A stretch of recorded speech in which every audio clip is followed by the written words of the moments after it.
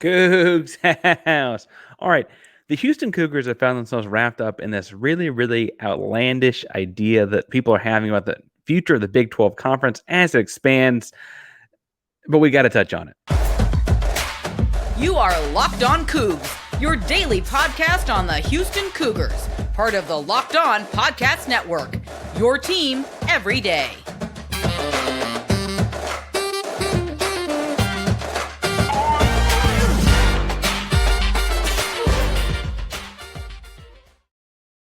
Welcome to Locked On Cougs, the daily podcast all about your Houston Cougars. I'm your host, Houston-born teacher and coach Parker Ainsworth, here to break down all things Cougs. If you're a U of H fan or just a hater who came to step by, please be sure to subscribe down below. That way you can listen to Cougs in your newsfeed each and every day. We appreciate you making Locked On Cougs your first listen of the day. Welcome back to the YouTube channel. It is good to see you again. Remember to hit subscribe. We're doing a giveaway every 250 subscribers. We're almost at 1,400 as the time of this recording. And at 1,500, giving away a hat that looks just like the one I've got on. I got the Cougar Paw locked on, all kinds of fun stuff there. So make sure you subscribe down below so you can get one of those. Further, for whatever that's worth, at 2,000, if we get 2,000 before the TCU game, before the Houston Cougars officially play a Big 12 game, we'll be giving away a Houston Cougar football jersey with the little Big 12 logo on it. It's nice and cool for the first Big 12 season of Houston Cougar football. So make sure you subscribe down below, like and comment on the video to let us know you're in the contest. And if after talking about all this chaos about who plays who and what in the future of the Big 12, you are spinning a little bit, you don't know what to say, tell us either where you were or your first thoughts when you heard or saw Tank Dell's first NFL touchdown on Thursday night and the Houston Texans preseason game. All right, so we got to talk about this. We're going to talk about this division of the Big 12. The Big 12 conference will be 16 teams starting next year. And so we have to look at, well, what's that going to look like for the Big 12 and what are they going to look like once those teams come in and all that kind of stuff, and how people divide up the conference has been a little ludicrous. We got to talk about some stuff that makes more sense. We're going to talk about first the ludicrous theory that was out there on Twitter that kind of sparked this conversation on Thursday. I want to talk about all the things wrong with it. Trust me, for the audio audience, I will be talking through what things look like, but this is a fairly visual idea. So bear with me. I'm going to try and describe it the best I can, but if you need to check back, the images will be on the YouTube page under the same video. All right. But first, we're going to talk about this bad idea that people are having and why it's bad. Second, we'll talk about a better idea, and then a second better idea, and ways they could divide the conference up better. I think it's worth bearing in mind that people are dividing this conference up because 16 teams is a little bit unwieldy for a football conference. In the NCAA, you play, in Division I football, I should say, you play 9 conference games, 3 non-conference games. Within the Big 12, there are rules about what those non-conference games can and can't be, and you'll notice 9 conference games, if you are one of 16 teams, means you play about half the conference, right? Not quite, but about half the conference, right?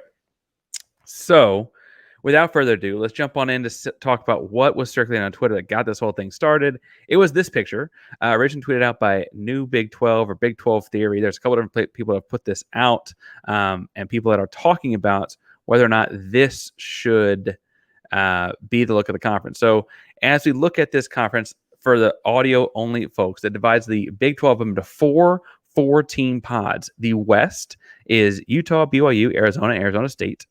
The North is Colorado, Kansas State, Kansas, and Iowa State. The South is Texas Tech, Baylor, TCU, and Oklahoma State. Yes, I know that you're already shaking your head because that means in the East you have Cincinnati, West Virginia, and Houston. Now, never mind that Houston is not as far east as Iowa State, or that Houston is much farther south than Oklahoma State. Let's talk about the pros and cons of this conference division. The pros are some dude on Twitter thinks that it's fun, because I cannot imagine, outside of just thought experiments and ways to get engagement on Twitter, why you would go with this idea. This does not make any sense.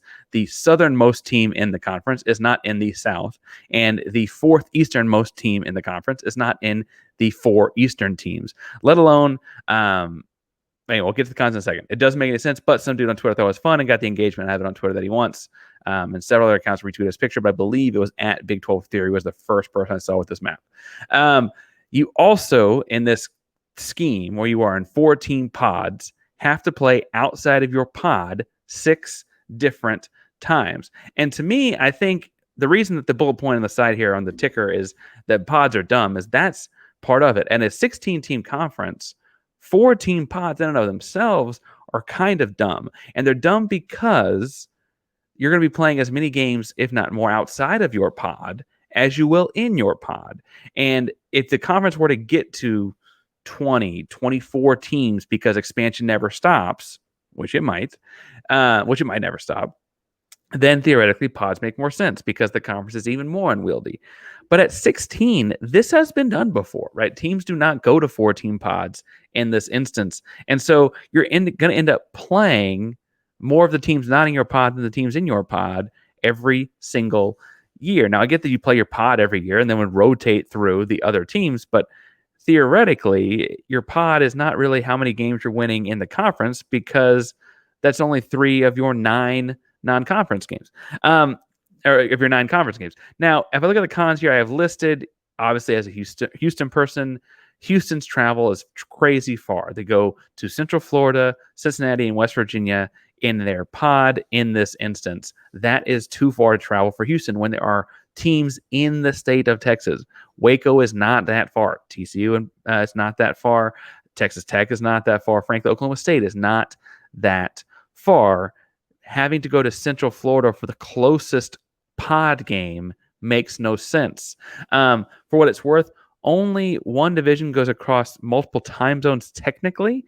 Now, Arizona State don't observe time zones. That's the whole Arizona thing. I'm sure we can talk to Richie Bradshaw, host Locked on Arizona State. He's a fun guy. Maybe we'll talk to him about why that is at some point. But interesting to see that only, after all the talk about how great it will be to have games in all the time zones, the only one of these pods that scales multiple time zones will be the East, which has Cincinnati, West Virginia, Central Florida, and Houston. That makes no sense either. If the perk is playing multiple time zones, then you would want your divisions or pods to be in multiple time zones. I also was interesting that in this division, the Western schools, Utah, BYU, Arizona State, and Arizona, don't get aligned with any of the original schools. That doesn't seem right to me. It doesn't seem right to me for a number of reasons. But one, it feels like if you're joining the Big 12, you should be joining the Big 12 and joining on the fun, as opposed to just playing one another for your pod title or what have you. The East, I would also point out, looking at like imbalance in the pods. The West is all new schools in 2020. They're 4 or 3, I guess, because BYU will be joining this year. The East, similarly, is all schools that have joined the conference since 2012. West Virginia joined in 2012, and then Cincinnati, Central Florida, and Houston all joined in 2023. That is also weird to me. Is you're going to have a pod of the conference that's more or less the newbies. That doesn't seem right either, for a number of reasons, especially if you're trying to build up the history of the conference and the folklore of the conference, those kinds of things. And then my last and final point, Oklahoma State isn't that far south. Both Arizona schools, Central Florida, and Houston are farther south from a longitude latitude perspective than Oklahoma State is. It doesn't make sense to me that they are in the, quote, southern pod simply because they are not a far drive from the DFW Metroplex and TCU. So when I see this, I see it as a fairly poorly put together idea. I think pods in general are a fairly poorly put together idea. No conference of 16 or less teams is doing this for the football schedule no conference of any consequence, I should say. And I don't understand why the Big 12 needs to reinvent the wheel in this instance. There are plenty of other things to be inventive and new on. I don't see this as a clever way to put together the parts. But if you're putting together parts and you're trying to build a championship team, then you got to make sure that every player is a perfect fit. And to do that, you need to go to eBay Motors. Now, that's if you're building a championship team, you're trying to build a championship team to win the Big 12, you make sure that every player is the perfect fit. The same thing comes when it is your vehicle. Every part needs to fit just right. So the next time you need parts and accessories, head to eBay Motors with eBay Guaranteed Fit. You can be sure every part you need fits right the first time around. Just add your ride to my garage and look for the green check to know the part will fit or your money back. Because just like in sports, confidence is in the name of the game when you shop at eBay Motors. And with over 122 million parts to choose from, you'll be back in the game in no time. After all, it's easy to bring home a win when the right parts are guaranteed. Get the right parts, the right fit, and the right prices at ebaymotors.com. Let's ride. eBay Guaranteed Fit is only available to U.S. customers. Eligible items do apply. Exclusions apply. All right. So as I look at that terrible idea with all those Twitter pods, I was like, something else has to make sense because you do have to somehow divide up the region. So the first thing I thought of, and I think the most logical thing, and it might be because I'm a history teacher by day, is to simply draw a line that divides us into North and South. Now, I don't mean to get too icky with things, and I know that when people have drawn North and South lines before, it might not be so great. But in dividing this conference into North and South, while some of it does track the Mason-Dixon line, it does look like you have two different 8-team divisions or halves of the conference. The northern half would be from west to east: BYU, Utah, Colorado, the Kansas schools, Kansas State, Iowa State, Cincinnati, and West Virginia. That's 8 of them. The southern half would have Arizona State, Arizona, Oklahoma State, Texas Tech, TCU, Baylor, Houston, and Central Florida. That is the southern half. Again, another 8 of them. And as I look at those schools, I think, first of all, there's a number of things interesting there. But before we get into the pros and cons, I think it's also worth pointing out that unlike those pods, unlike any form of pods, if you have divisions, as long as you bring in schools by 2 and there's a natural north and south barrier or something like that, you're going to always have a natural place for those teams to fall. So if you wanted to add San Diego State or Stanford or what have you, if you added San Diego Stanford, for instance, Stanford could go play in the north, San Diego State could come play in the south. Now, as I look at those two, the pros and cons I see for the north and south, the pros are a couple of obvious things. One, you have regional rivalries, right? In the South, the Texas schools, Oklahoma State, are all sticking together. Arizona State, sticking together. Central Florida, Houston, which I think can become a rivalry, stick together. In the North, you'd have BYU and Utah together. Those two schools in Colorado together. This triumvirate that is Kansas State, and Iowa State that feels like they cannot be split up. If you ask anyone on Twitter, they get to stick together. The West Virginia Cincinnati thing that I think is really more of a basketball rivalry, but bleeds into their football programs, stick together. I think that is worth keeping in mind. This keeps those rivalries together. It naturally breaks into 8 and 8, right? We wouldn't have to do any crazy configuring to move like Oklahoma State South or Houston East like the pods do to keep this thing in order. And perhaps most importantly, each of these 2 divisions hits 3 different time zones. Admittedly, UCF is stretching the southern one, right? But you have the southern half would be UCF in the eastern time zone, the central time zone with Oklahoma State, TCU, Texas Tech, Baylor, and Houston. And then, yes, in the technical Pacific time zone during football season, but mountain time zone for parts of the year as well, Arizona State. Now, I think that that's worth keeping in mind because then whichever half of this were to be strong, you could then have that, schedule those games, flex those games into multiple TV slots because you're hitting multiple time zones. Same thing on the northern half with Colorado and BYU and Utah being mountain time. Actually, I believe Colorado's mountain time. Colorado Central Time.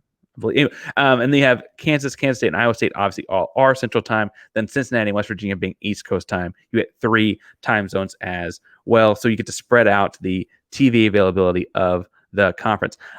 Cons, I think, in this, and this is just a cons and divisions in general, you are fairly locked into your half of the conference. So a Southern team would only get 2 divisional games or 2 out of division games that are in conference games. So Houston in the southern half of this conference would only get to play BYU probably once every 4 years, would probably only get to play Colorado once every 4 years or what have you.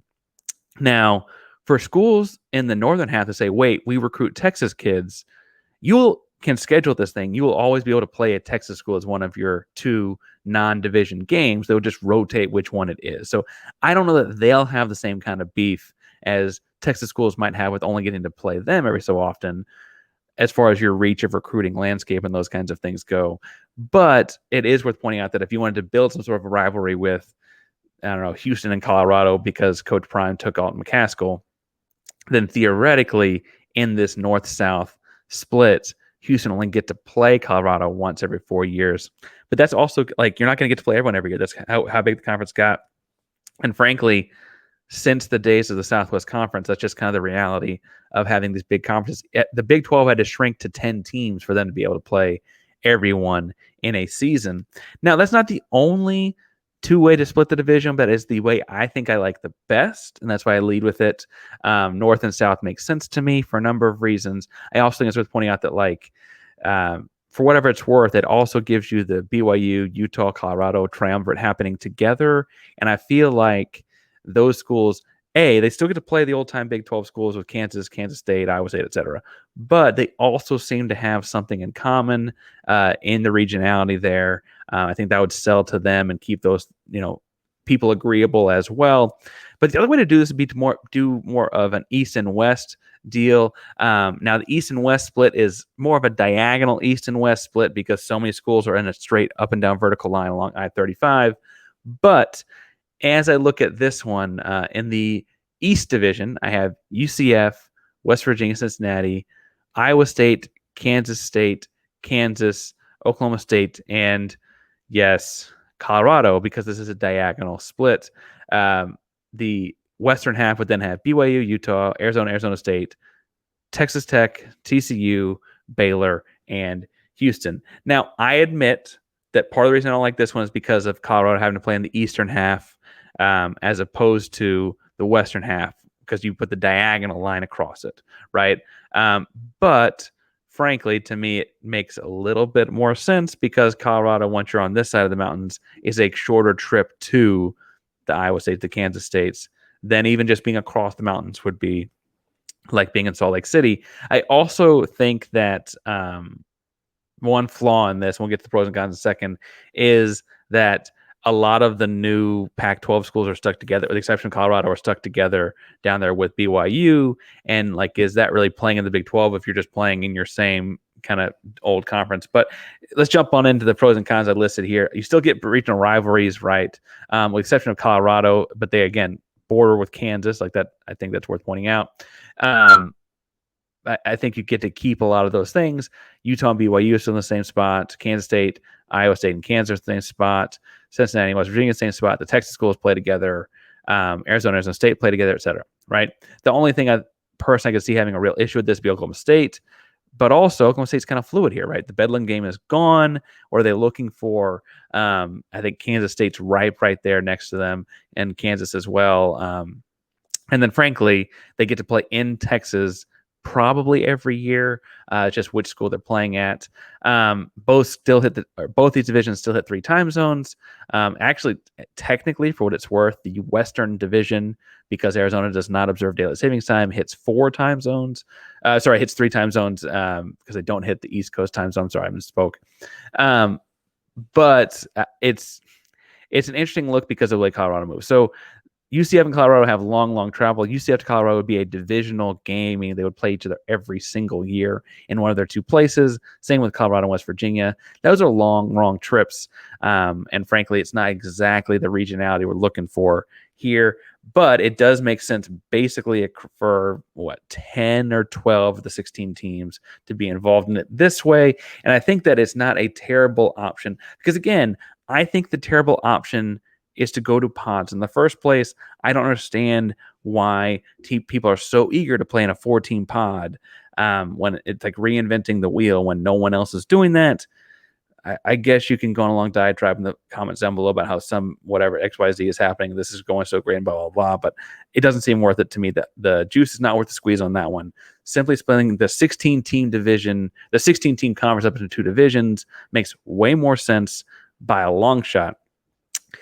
But as we skip into the third segment here, the real question is, does any of this matter? Because we are drawing up a bunch of ways to split up a 16-team conference. And truthfully, as of Thursday, there were still rumors that something else could come about. Now, it looked like Brett McMurphy, insider reporter, etc. And moving into the third segment now, I guess I should say 3-2-1 in the third segment. Brett McMurphy reported that, yes, does look like the Big 12 had closed the door on Stanford, but it has never been reported that the Big 12 is closing the door on schools entirely, right? Now, obviously, adding Gonzaga and UConn would probably not impact your football divisions a whole heck of a lot unless some major changes happened at those 2 schools, right?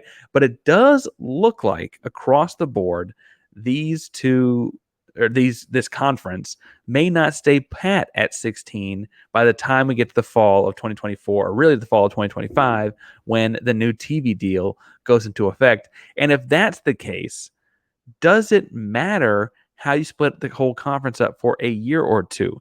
Does it matter if your pod is, oh, we only get to play the two of the Texas schools, or only get to play two of the what? If the reality is that 2 years later, the whole thing gets shaken up and twisted around anyway. Ways that could happen, you could add, SMU seems desperate to get into a Power 5 conference. They were apparently, per multiple reports, I'm not spilling any beans here, it looks like they were willing to go into the ACC and not collect conference media dues for 5 years. They were just going to pay that out of pocket, or cover that out of pocket, just to be in the Power 5 for 5 years. That's wild, considering the ACC may fall apart over that 5-year span. We still don't know what Cal and Stanford are doing, although, like I said earlier, McMurphy has reported that Stanford does not look like will be in the Big 12 anytime soon. They've always felt more Big 10 to me. But what do I know?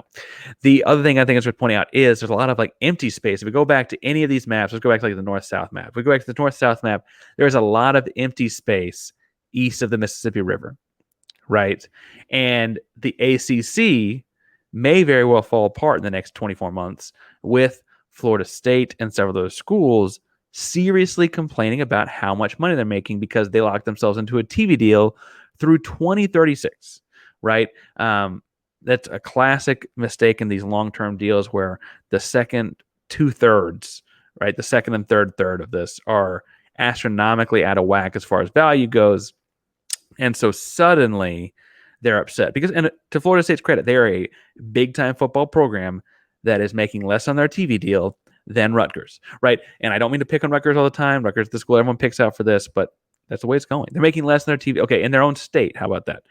Florida State and Miami, and not the University of Florida because they're in the SEC, but Florida State and Miami themselves are making comparable money to Little Brother Central Florida, and after 2031 could spend a half a decade making less money than Central Florida because of the way these TV deals go when the Big 12 re-ups theirs in 2031. So again, you see why these schools are upset. If that were to happen, and you were to look at this map here and sprinkle in some more schools east of the Mississippi, then you could be filling in your pods, right, to be bigger than 4 teams in the first place. And it would make no sense for those ACC teams, Atlantic Coast teams, whether they're north or south, to fill into pods anywhere but in the east. And so as I look at that, if you added Virginia Tech, if you added North Carolina State, if you added Miami, right? If you added Pitt, if you added those schools in the eastern half of the country, then you're going to have to redo this thing anyway. And the geographic landscape of the conference looks dramatically different. And so it may be a bunch of hubbub for what ends up being one season, right? We may be doing all of this rearranging just to play the 24-25 season, but by the time we get to fall of 25, we pulled in 2 more teams, or an 18-team conference. It's chaos, all across the board, or what have you.